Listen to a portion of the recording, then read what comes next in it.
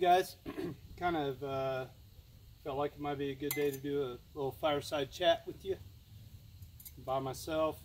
It's Veterans Day here in the United States. I don't know how that holiday works around the world, but honestly, I'll just say this: I think America is great, and I think a lot of other countries are great too, and we don't know why we have all the wars that we do, but the men and women that serve in the armed forces, I got to give them props for all the good that they have done over the decades. I can't often explain why we are in the conflicts we are around the world in the last few years, obviously. But there's so many stories that come out of those war-torn regions that show that the men and women that serve in the armed forces are they're paying their dues, and you can see it on the faces of some of the people in the regions where they afflict. I don't want to get into the politics of war, though. This isn't really about that. What I am saying is, it is Veterans Day, and this one goes out to the soldiers and the people that are kind of doing what they are commanded to do. Also, if you haven't listened to the song Masters of War by Bob Dylan, you ought to check it out, because the people that put our men and women at risk, I don't know that they always have the best reason to.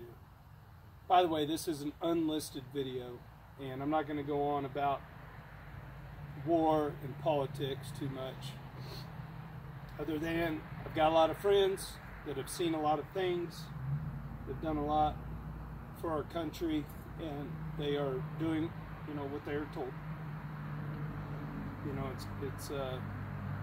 It's one of those things where, at least in the United States, being in the military offers people a chance to broaden their horizons a bit and become something they didn't know they could be. Less than 1% of the United States population is eligible to be a soldier, and far less than that actually become one. And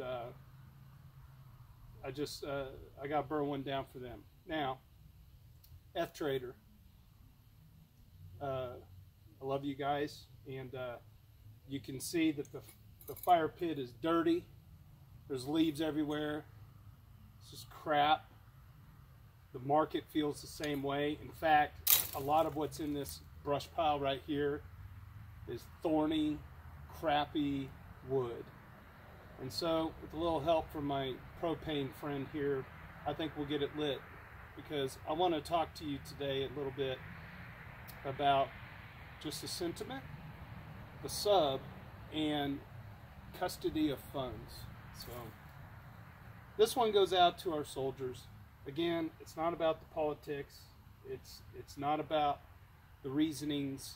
We just have a lot of men and women that struggle when they come home trying to come back into civilian livelihood. And I live in a military town outside Kansas City. It's Leavenworth. I don't care if I dox myself. I'm a public figure anyway. So there you go. All right. So let's see if I can get this bitch to light up a bit here. Pardon my French. Hopefully young kids aren't offended.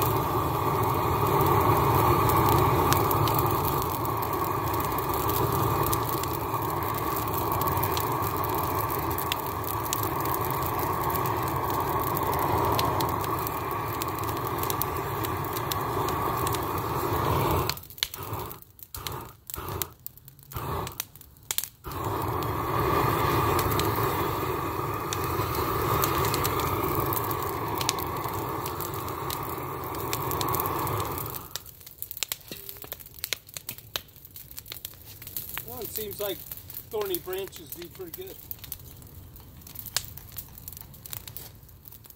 So it's just you and me by the fire pit. I've said all I'm going to say about the military. My wife's father fought in World War II, and tell you what, that was a big one. I know a lot of our European friends that may be watching this, the remnants of all that still carry through till today, and I really don't want anybody to forget history. Here we are in crypto land, and I'm just going to go right off the bat, going back to custody of funds, because I got a private message from one of my good friends that has been in the space for a long time. Let me move this camera closer a bit. Let me see, because the traffic noise going by. Let me check the angle here. Oh, maybe I'll just I'll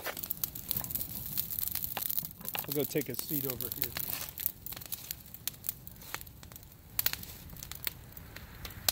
Cheers, by the way. Sitting at home, I've been doing fall cleanup and raking leaves and enjoying Chiefs football and celebrating freedom. So there you go. Custody of funds. All right. So I got a private message from one of my good friends. He's been on FTrader for a long time, and he has a ledger, Nano S, that got soaked in water. You know why? Hurricane. All right. It's one of those deals where, yeah, you want to protect your assets the best you can. I mean, hurricane came ashore, obliterated his home. He's had to move. He's young, he's got a family, and, you know, he served in the Army, and he deals with deployments and all this other stuff that he's gone through. And here's the clincher. He doesn't have the private key to those funds, just like that. It's a sizable amount, and it's one of those amounts of crypto that any one of us would hang our hat on as a way and a mean to potentially get, you know, some liquidity to pay off debt and to be somebody. You know, in the United States, for military, you know, they on paper it looks pretty good what they get paid, but if you're not a ranking officer and you don't have a good plan for retirement, you're really kind of on your own, just like everybody else, except for the fact that these guys get deployed and then they have to come home and try to scrape up whatever it takes. Schooling, employment to continue doing life. And every one of us in FTrader is a genius, we feel, when we try to preach to other people about the importance of funds. I'm going to pause this video for a second. All right, so let's try this again. Sorry for all the edits. So I'm going to go back to custody of funds. All right, so I was talking about my friend online who lost his Ledger Nano S in a hurricane. And hopefully he can get the Ledger figured out, soaking in the rice, whatever. I kind of said, you know, send it back to Ledger. That's a good company, and I really think they might be able to help him out. More importantly, though, we go back to that 24-word seed phrase or whatever amount of words you decided to use for your ledger. I'm not going to preach about best practices with that, but what I will say is this is kind of the holy grail of adoption, is how do you protect people's funds in a trustless way who may otherwise leave it on an exchange or in the custody of Coinbase or whatever. And you know, we all know the stories that exchanges get hacked. I mean, it is kind of the Wild West still, 10 years after the birth of Bitcoin, where, yeah, on one hand we want to buck the system and we don't want to trust banks, but on the same side of that coin, people are storing their cold storage devices, their seed phrases, or any number of things in bank vaults, safety deposit boxes, which isn't a terrible idea, I mean, if you think about it. But at the end of the day, it's your money, right? So it's kind of one of those things that kind of remains to be seen as the space evolves. How do you protect yourself from criminals physically? Because we've seen stories about people being held hostage for their coins or whatever. You know, in my personal case with it, and this is just me, like, my shit's spread out. Like, I don't have it located at home. I don't even have access to any of it unless I need to, but that's that. So, I mean, it's kind of a scary thing where, you know, we're sitting at the bottom of a bear market, but I'm telling you that there are new people being born right now into the space that are probably going to do quite well. Go on home. I'll tell you if they're home. Okay. So, again, I'm getting interrupted. Sorry.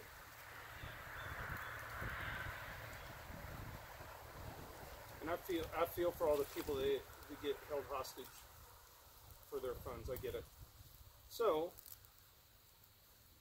on to that point, people get hacked. That happens. It's happened to me. Some of you guys have been in the trading subreddit for a long time, know this, and not only were funds stolen, but my identity was sold to a company. I'm going to name them, Open Platform. CEO is Ken Senga, and he took control of my Bitcoin Talk account and operated an ICO and marketing under my good merit and karma on Bitcoin Talk. So if you look up JT Nickel on Bitcoin Talk today, it's been wiped 100%. Now, I've archived everything using Wayback Machine, and so I'm, you know, on one hand, I'm talking about custody of funds, the funds that you hold, keeping your ledger safe, put it in a waterproof bag, try to distribute your 24-word seed phrase offsite, multiple locations if possible, all those things, all these barriers to entry, because this idea of being your own bank is glorious, except for the fact that if you come into some money, it's like, well, now it's a little sketch. That being said, anybody that thinks I'm some kind of whale because I've been in the space for a long time, man, don't fool yourself, because I've been taken for money, I've been hacked, doxxed, everything else that you can imagine. Here I am. I'm still standing out. I put myself out there all the time, and so there's that. But on my own accord, I have invested in projects that were with anonymous developers. So I'll put it out there. If you look in my history, go look up Hypercrypto. And now this goes back to the news story that came across F-Trader about the ICO that stole some 12,000 Ethereum or whatever the number was, and the anonymous developer walked. Okay, so way before Ethereum, I was in Hypercrypto, and I was a community manager, and I had a lot of faith in the project, and at that time there was a lot of anonymous projects out there, and I liked the idea of what they were going for, but it was just an anonymous developer, and I shilled that project, and I lost a sizable amount of money when they walked the price drop. Now hyper crypto is no longer traded on any exchanges whatsoever. I got a big lesson out of that whole ordeal. And fortunately, I think we're kind of at a point now where everybody's guard is up about ICOs. But everybody kind of wants in on the next big thing. I'm going to level with you for a minute. The next big thing is going to be Ethereum. It's just that plain and simple. I can't look at Cardano, I can't look at ADA, I can't look at EOS, any of that stuff, because when I look at the developer mind share of Ethereum, the hope is there. But it goes back again to custody of funds. What makes it easy for people to want to invest in crypto when they're not even like completely sure of how to secure their funds? You know, Coinbase is FDIC insured. That's beautiful, but that's on the U.S. fiat side of things. Maybe, I don't know if it has to do with euros or anything like that, but there's just no guarantees with keeping your money on an exchange.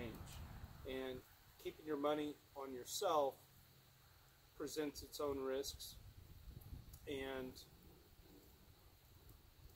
you know, I mean, you've got to understand that this is speculative.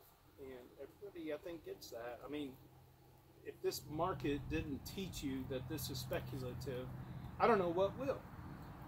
So it all comes down to now adoption, use case, developers that are bringing products to market that are equitable, and I feel like Ethereum is getting the lion's share of institutions trying to figure out ways they can offer products to their customer that they can trust, and custody is a big deal.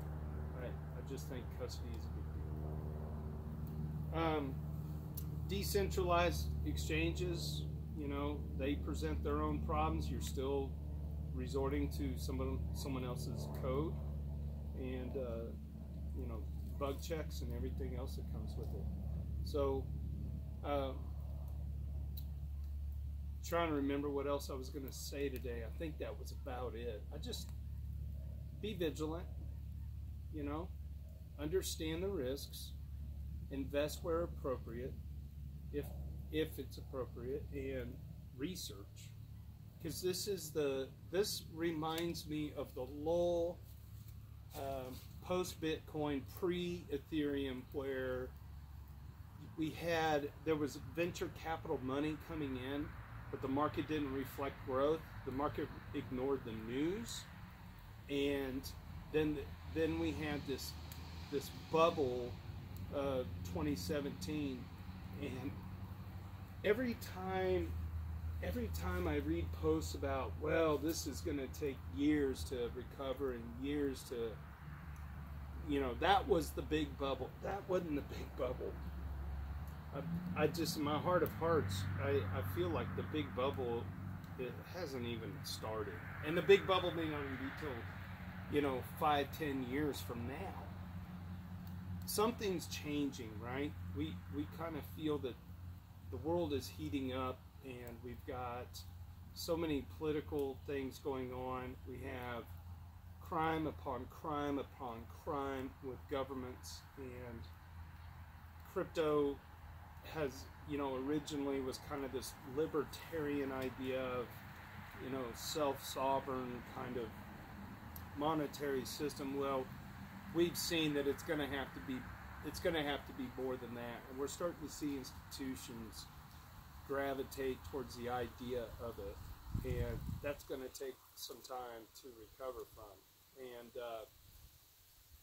so in the meantime, for me at least, it's pay attention to the best projects, apply your wealth where you can if you have wealth, and honestly, and this is a big deal, this is a big thing right here, I hold crypto, but I also hold credit card debt. And before you judge me about that, I'm wondering how many of you guys also hold debts of different kind, but you're using crypto as your hedge. right? That's a thing.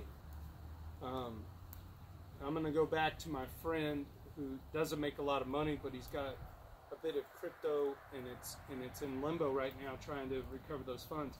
That nest egg right there, he's got a long-term vision for it, just like I do. But he's also equally prepared that crypto could go to zero, regardless of him recovering his crypto presently. But it still stings a bit, and if I was in his shoes, I would feel bitter as well. But at the same time, it all goes back to preparedness, trying to protect what you have until a solution comes along where custody isn't a thing where you could be a target as much, right? Being hacked, physically being confronted, held hostage. What was it, a $1.2 million heist out of New York with the guy? That's just treacherous. That shouldn't happen. But, you know, if you got a lot of money, you're a target anyway. It doesn't matter if it's crypto or not. So knowing when to, you know, take profits, knowing when to invest, knowing when to dollar cost average, right? I'm no pro trader. I don't TA. I listen to people that TA. I sometimes trade, you know, a bit, but not very often. I just find that sometimes just chilling out, watch the cycles, pay attention, read, teach, and community. You know, be a community is really all it takes. If you think that you're on an island alone in all this, you're fooling yourself. A lot of my friends that went to Prague for DevCon 4 are so freaking energized right now. It's always something. It doesn't mean that we're all waiting on Vitalik or Vlad or any of these core developers. Man, the thing that they are trying to conquer is like a millennial shift in finances. And you're seeing the whispers of all that coming to fruition when you see little announcements on CNBC, JP Morgan, all those things. It's crazy how much mainstream coverage we've had and the price doesn't reflect it. What do you think's going on right now? What do you, in your heart of hearts, are you really thinking that the scaling is it? Right? Is it, I mean, we got layer 2 solutions, but is the scaling really the deal, or is it like the world kind of waiting on something different? And I feel like the world is just waiting on something different. They waited when Bitcoin was doing its thing, and it was still less than 1% of the population of the planet was even aware. Now we have all kinds of social media, and we have over-the-counter, we have retail, we have all kinds of things happening. It all comes down to custody. And I can't imagine the amount of coins that are just being burned through complacency. Don't be complacent. Figure it out. Two-factor authenticate everything you can. Protect yourself the best you can for now until some kind of, you know, retail cold storage thing makes sense. You know, I think that's going to be a big deal for everything from like 401k type plans and everything else like that is insurable property, right? Because I view crypto as property, less than a currency, really. In fact, there was a ruling out of Ohio where a guy got some $12,000 to $14,000 or maybe $17,000 worth of funds, and he claimed it on his homeowner. They were stolen off of an exchange, and he claimed it on his homeowner's insurance, and he won the case. He won the case because the home insurance was going to pay him $200. I look at it as property, and that was the ruling by the judge. Now what do you think is going to happen in the insurance industry when it comes to homeowners insurance? What are they doing right now? Nope, we don't cover that. Well, I think the big winners moving forward are going to be the ones that do, and the ones that figure out custody of funds for people who may need a little more help with it. Not this doesn't have much to do with my friend. My friend is beating himself up over plenty. He knows. You can't always account for a hurricane and what that can do to your livelihood. It's a tragedy, really. And now we're looking in California, at least in the United States, we're looking at the California wildfires. How many people have, you know, they've done all the right things. They had a fireproof safe, or they laminated their seed, or whatever, done whatever, and then their home burns up or whatever. It's like, what a shame, you know. That's going to be, I think, kind of a big deal. I'm kind of rambling. I don't know. That's all I got. I'm not trying to be like down or anything. I'm actually freaking pumped. I'm just pumped. I'm pumped. It's just a wild west, and it hasn't changed since Bitcoin came into fruition. And Ethereum is this next level thing. I mean, holy cow. It's all about participation. You know, if you're buying it just to speculate or whatever, why don't you take some of those funds and actually participate in the ecosystem? I do. I love it. Look at the Brave browser. Give it a shot. Go 100% Brave for a week. Everything you can, just try it. You know, in this day and age of data and security and everything else, Brave is a pretty cool bet. I like it. Yeah, that's all I got. Hope you guys are having a good Sunday. I know I am. Cheers. Big hugs from Kansas City, and I promise you, if I ever see you guys, you come up and say hi to me. I can't afford to go to the developers conferences. That's just plain and simple.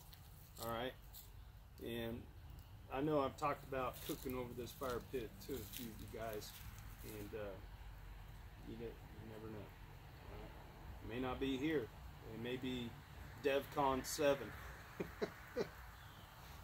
DevCon 7, Kansas City. You heard it here first. We'll have dramatic for entertainment. I don't know. I love you guys. Be good. Cheers. And stay safe out there. Take care.